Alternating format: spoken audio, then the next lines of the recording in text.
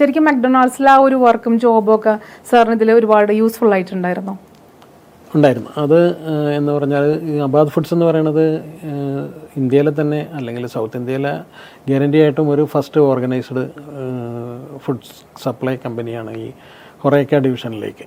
അപ്പോൾ അതിൽ ഏറ്റവും കൂടുതൽ സർവീസിന് ഇമ്പോർട്ടൻസ് കൊടുക്കുന്ന ഇപ്പോൾ മക്ഡൊണാൾഡ്സിൽ എൻ്റയർ എമിറേറ്റ്സിലേക്കുള്ള ദുബായിലെ എല്ലാ സ്ഥലങ്ങളിലുമുള്ള മക്ഡൊണാൾഡ്സ് റെസ്റ്റോറൻറ്റുകളിൽ ഓൾമോസ്റ്റ് ആ ടൈമിൽ 252 റെസ്റ്റോറൻറ്റുകളുണ്ടായിരുന്നു. A to Z പ്രോഡക്റ്റുകൾ സപ്ലൈ ചെയ്തിരുന്നത് ഞങ്ങളുടെ ഡിവിഷനിൽ നിന്നായിരുന്നു. അപ്പോൾ ഈവൻ ഒരു സിംഗിൾ പാക്ക് മെറ്റീരിയൽ അല്ലെങ്കിൽ ഒരു പൗച്ച്, അത് 6 പീസ് ബർഗർ പാക്ക് ചെയ്യണ കവറാണെങ്കിലും അത് ഒരെണ്ണം ഒരു പാക്കറ്റ് കുറഞ്ഞു പോയി കഴിഞ്ഞാൽ അവിടുത്തെ ഒരു റെസ്റ്റോറൻറ്റിൻ്റെ ഓപ്പറേഷനെ അഫക്റ്റ് ചെയ്യും. എല്ലാം വളരെ മിനിമം സ്പേസ് യൂട്ടിലൈസ് ചെയ്തുകൊണ്ട് വർക്ക് ചെയ്യുന്നതാണ് റെസ്റ്റോറൻറ്റുകളൊക്കെ. അപ്പോൾ അങ്ങനെയുള്ള ആ സർവീസ് ലെവലിന് അത്രയും ക്രിട്ടിക്കലാണ്, അത്രയും ഇമ്പോർട്ടൻസ് കൊടുത്ത് വർക്ക് ചെയ്തിരുന്ന ഒരു സ്ഥാപനത്തിൽ നിന്ന് വന്നതിൻ്റെ നോളജും അതിൻ്റെ ക്വാളിറ്റി സ്റ്റാൻഡേർഡ്സും എല്ലാം എനിക്ക് ഫ്യൂച്ചർ ഇപ്പോഴുള്ള കരിയറിൽ എനിക്കൊരു ആഡഡ് അഡ്വാൻറ്റേജ് ആയിരുന്നു. GM എന്ന് പറയുമ്പോൾ അതൊരു വലിയൊരു പോസ്റ്റാണ്, ഒരു വലിയ ഉത്തരവാദിത്തമാണ്. അപ്പോൾ ആ ഉത്തരവാദിത്തത്തിനോട് ശരിക്കും ശ്രദ്ധ കൊടുക്കാനും അല്ലെങ്കിൽ അതിനോട് കൂടുതൽ ഇഴുകിച്ചേരാനൊക്കെ സാറിന് പറ്റിയിരുന്നു ആ ഒരു സ്റ്റാർട്ടിങ്ങിൽ തന്നെ? ഞാൻ വരുമ്പോൾ ഇവിടെ ഞങ്ങൾ ഇത് സ്റ്റാർട്ട് ചെയ്യുന്നത് ഒരു 3 പേരാണ് ആ സമയത്ത് ഉണ്ടായിരുന്നത്. അതിൽ 4മതായിട്ട് അത് ഹെഡ് ചെയ്യാൻ വന്നപ്പോൾ ബേസിക് ഫൗണ്ടേഷൻ്റെ ആ എർത്ത് വർക്ക് ആണ് ആ സമയങ്ങളിൽ നടന്നുകൊണ്ടിരുന്നത്. അപ്പോൾ ആ കാലഘട്ടം മുതൽ ഇതുവരെയും ഉള്ള ആ stages day by day hour by hour അതിൻ്റെ കൂടെ തന്നെ ട്രാവൽ ചെയ്തത് കൊണ്ട് നമ്മുടെ ആ ഒരു ഫോർമേഷൻ ഫുള്ള് അതിൻ്റെ കൂടെ ഉണ്ട്.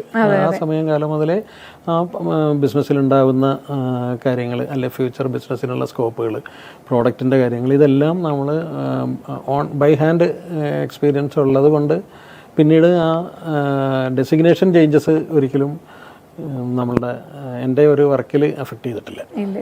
ഓക്കെ, അപ്പോൾ നമ്മൾ ഇത്രയും നേരം അബാദ് ഫുഡ്സിലെ GM എന്നുള്ള ഒരു സ്ഥാനത്തിനെ കുറിച്ചും സാറിൻ്റെ മക്ഡൊണാൾഡ്സിലെ ജോലിനെ കുറിച്ചൊക്കെ പറഞ്ഞെങ്കിലും പ്രേക്ഷകർക്ക് പലർക്കും ഉള്ള ഒരു ഡൗട്ട് ആയിരിക്കുള്ളൂ, അബാദ് ഫുഡ്സ് എന്ന് പറയുന്നത് അബാദ് എന്ന് പറഞ്ഞിട്ടുള്ള ഒരു മെയിൻ കമ്പനിയുടെ ഭാഗമാണോ എന്നുള്ളൊരു ഡൗട്ട് ഉണ്ടാവും.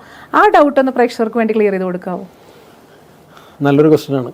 അബാദ് എന്ന് പറയുന്നത് വലിയൊരു അംബ്രല്ല ബ്രാൻഡാണ്. അത് കേരളത്തിൽ നിന്നല്ല സൗത്ത് ഇന്ത്യയിൽ തന്നെ എക്സ്പോർട്ട് മാർക്കറ്റുകളിലാണെങ്കിലും റിലയബിലിറ്റിക്കും അതുപോലെ തന്നെ കൺസിസ്റ്റൻസിക്കും ക്വാളിറ്റിക്കും പേര് കേട്ട ഒരു മേജർ ബ്രാൻഡാണ്. അപ്പോൾ ആ അബാദിൻ്റെ ഗുഡ് വില്ലിലാണ് അബാദ് ഫുഡ്സ് എന്ന് പറയുന്ന ഞാൻ ഹെഡ് ചെയ്യുന്ന കമ്പനിയുടെ ഗ്രോത്തും അതിൻ്റെ എല്ലാ ഡെവലപ്മെൻറ്റും.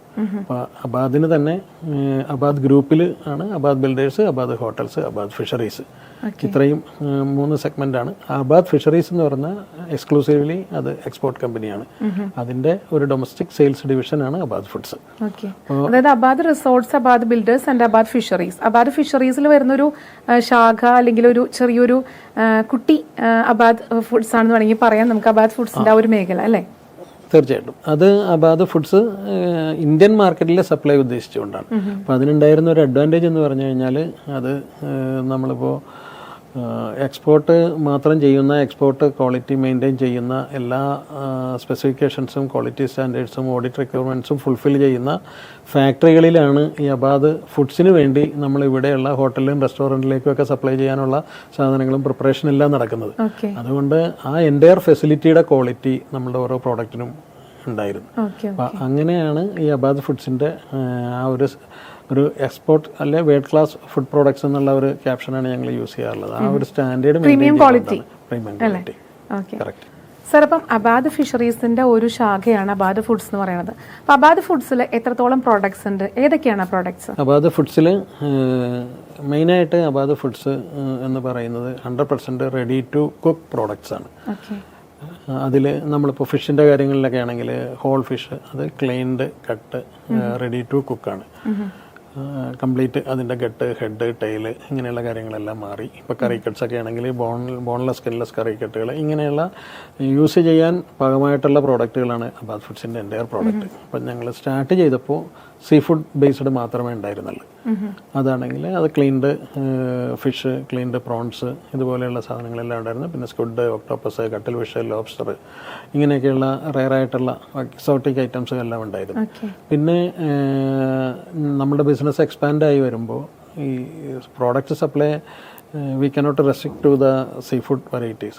അങ്ങനെ വന്നപ്പോൾ നമ്മൾ പൗൾട്രി സ്റ്റാർട്ട് ചെയ്തു. അതായത് ചിക്കൻ, ഡക്ക് അങ്ങനെയുള്ള പ്രോഡക്റ്റുകളിലേക്ക് പ്രോഡക്റ്റ് അഡീഷൻസ് ഉണ്ടായിരുന്നു. അതുകൂടാതെ മീറ്റ് ഉണ്ടായിരുന്നു, മട്ടൺ, ബഫല്ലോ അങ്ങനെയുള്ള മീറ്റ് പ്രോഡക്ട്സുകൾ ആഡ് ചെയ്തു. പിന്നെ വെജിറ്റബിൾസ് നമ്മളുടെ ഹൊറേക്ക ബിസിനസ്സിൽ ഹോട്ടൽ, കാറ്ററിംഗ്, റെസ്റ്റോറൻറ്റ് ഇൻഡസ്ട്രികളിലെല്ലാം ഏറ്റവും കൂടുതൽ ഡിമാൻഡുള്ള പ്രോഡക്റ്റുകൾ ഉണ്ടായിരുന്നു. Green peas, sweet corn, mix veg, broccoli, spinach ഇങ്ങനെയുള്ള ഫ്രോസൺ പ്രോഡക്റ്റുകളാണ് നമ്മളുടെ 99% സെയിൽസും ഫ്രോസൺ പ്രോഡക്റ്റുകളാണ്. അപ്പോൾ ആ പ്രോഡക്റ്റുകൾ ആഡായി. അപ്പോൾ വെജിറ്റബിൾ കാറ്റഗറി ആയി.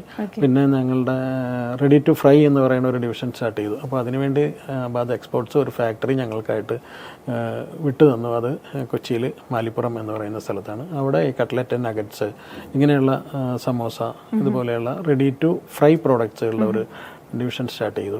ആ ഒരു കാറ്റഗറി ആയി. അതിൻ്റെ ഒപ്പം തന്നെ ഇന്ത്യൻ ബ്രെഡ്സ് എന്ന് പറഞ്ഞിട്ട് പൊറോട്ട, നമ്മളുടെ natural hand made Malabar parotta, wheat parotta, coin parotta, നൂൽ പൊറോട്ട ഇങ്ങനെയുള്ള ആ ഒരു പൊറോട്ടയുടെയൊക്കെ ഡിവിഷൻസ് എല്ലാം കൂടി ഇന്ത്യൻ ബ്രെഡ്സ് എന്ന് പറയുന്ന ഒരു കാറ്റഗറി ഉണ്ട്. പിന്നെ പൊട്ടാറ്റോ പ്രോഡക്ട്സ് എന്ന് പറഞ്ഞിട്ട് നമ്മൾ ഫ്രഞ്ച് ഫ്രൈസ്, അതുപോലെ തന്നെ പൊട്ടാറ്റോ വെഡ്ജസ്, ഹാഷ് ബ്രൗൺ ഇങ്ങനെ ആ ഒരു റേഞ്ച് ഓഫ് പ്രോഡക്ട്സുകളുണ്ട്. പ്ലസ് ഡയറി പ്രോഡക്ട്സുകളുണ്ട്, പനീർ, ബട്ടർ, ഗീ ഇതേപോലെയുള്ള ഡയറി പ്രോഡക്ട്സുകളുടെ ഒരു സെക്ഷൻ ഉണ്ട്. പിന്നെ ഫ്രൂട്ട്സ്, പൾപ്സ്, ഫ്രൂട്ട് പൾപ്പ് എന്ന് പറയുമ്പോൾ മാംഗോ പൾപ്പ് അല്ലെങ്കിൽ ടെൻഡർ കോക്കനട്ട് പൾപ്പ് ഇങ്ങനെയുള്ള ഒരു ഡിവിഷൻ ഉണ്ട്. ഡ്രൈ ഇൻഗ്രീഡിയൻസ് എന്ന് പറഞ്ഞിട്ട് ഈ garlic paste, onion paste, fried onion paste, ginger paste ഇങ്ങനെ ആ ഒരു ഡ്രൈഡ് ഡ്രൈ ഇൻഗ്രീഡിയൻസിൻ്റെ ഒരു ഡിവിഷൻ ഉണ്ട്.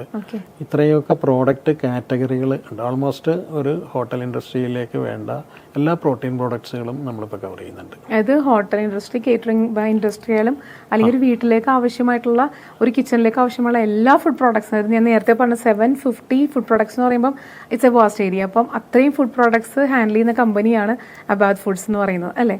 അതായത് മെയിനായിട്ടും ഈ സാർ പറഞ്ഞിട്ടുള്ള ചിക്കൻ അല്ലെങ്കിൽ ഡക്ക്, ഫിഷ് ആയിട്ടുള്ളത് അല്ലെങ്കിൽ സീ ഫുഡ്സ് ആയിട്ടുള്ളതും എല്ലാ ടൈപ്പ് ഫുഡ് പ്രോഡക്ട്സും നമ്മൾ ഹാൻഡിൽ ചെയ്യുന്നുണ്ട്. ഈവൻ പൊറോട്ട അങ്ങനത്തെ ആ ഒരു സെക്ഷൻസും ഹാൻഡിൽ ചെയ്യുന്നുണ്ട്. നെഗേറ്റ്സ് ആ ഒരു സെക്ഷൻസ് എല്ലാം അബാദ് ഫുഡ്സ് ഹാൻഡിൽ ചെയ്യുന്നുണ്ട്. അപ്പോൾ സാർ ഒരുപാട് അബാദ് ഫുഡ്സിൻ്റെ വെറൈറ്റി ഓഫ് ഫുഡ് പ്രോഡക്ട്സ് ഏതൊക്കെയാണെന്ന് പറഞ്ഞു. അപ്പോൾ ഏതൊക്കെയാണ് ഇനി എത്ര ഡിവിഷൻസ് നമ്മുടെ അബാദ് ഫുഡ്സിനുണ്ട്? ഒന്ന് B2B ബിസിനസ്, ഹോട്ടൽസ്, റെസ്റ്റോറൻറ്റ് അങ്ങനെയുള്ള കാറ്റഗറിയിലേക്ക് പോകുന്ന സപ്ലൈകൾ. അത് അബാദ് ഫുഡ്സിൻ്റെ ഒരു 80% സെയിൽസ് കവർ ചെയ്യുന്ന ഡിവിഷനാണ്. പിന്നെ ബ്രില്ലാർ, സീ സ്പാർക്കിൾ ഇത് ഞങ്ങളുടെ മോഡേൺ ട്രേഡിലേക്കുള്ള റീറ്റെയിൽ ബ്രാൻഡ്സ് ആണ്. Modern trade, hyper market, super market കേരളത്തിലെ ലീഡിംഗ് ബ്രാൻഡാണ് ബ്രില്ലാർ. അത് 5 വർഷത്തെ ബിസിനസ് കൊണ്ട് അല്ലെ 5 വർഷമായിട്ടുള്ള ബ്രില്ലാർ ബ്രാൻഡ് മാർക്കറ്റിൽ ഇൻട്രൊഡ്യൂസ് ആയിട്ട്. എനിക്ക് തോന്നുന്നത് ബ്രില്ലാർ എന്നുള്ള പേരിലാണ് കൂടുതലും ആൾക്കാർ സൂപ്പർ മാർക്കറ്റ്സിലൊക്കെ അബാദ് ഫുഡ്സിന്റെ പ്രോഡക്ട്സ് കാണുന്നതെന്ന് തോന്നുന്നു അല്ലേ? ഉറപ്പായിട്ടും. അതായത് റീറ്റെയിൽ ഡിവിഷൻ ഈ ബ്രില്ലാർ, സീ സ്പാർക്കിൾ ഈ ബ്രാൻഡുകൾക്കേ ഉള്ളൂ.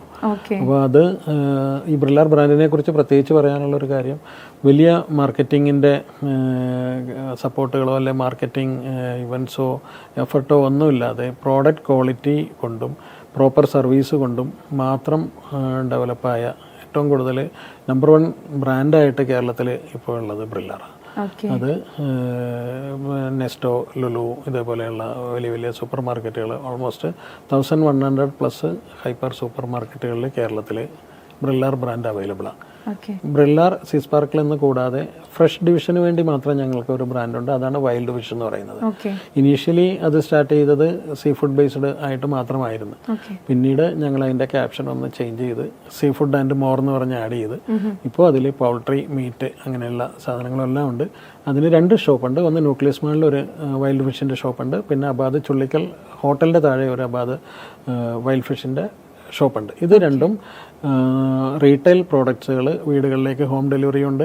അതുപോലെ തന്നെ എറണാകുളം, തൃശ്ശൂർ, ആലപ്പി, കോട്ടയം ഇത്രയും സ്ഥലങ്ങളിലേക്കുള്ള ഇൻസ്റ്റിറ്റ്യൂഷണൽ ഡെലിവറികളും ഉണ്ട്. റെസ്റ്റോറൻറ്റ്, ഹോട്ടൽസിലേക്കൊക്കെ ഫ്രഷ് മെറ്റീരിയൽ തന്നെ എടുക്കുന്ന ആളുകൾക്ക്. അപ്പോൾ ഫ്രഷ് എന്ന് പറഞ്ഞാൽ അത് സീസണലാണ്. ആ സമയങ്ങളിലെല്ലാം ആ മെറ്റീരിയൽ സപ്ലൈ ചെയ്യാൻ വേണ്ടി ഉള്ള ഒരു ഡിവിഷനാണ് വൈൽഡ് ഫിഷ്. അത് 2015 സ്റ്റാർട്ട് ചെയ്തതാണ്.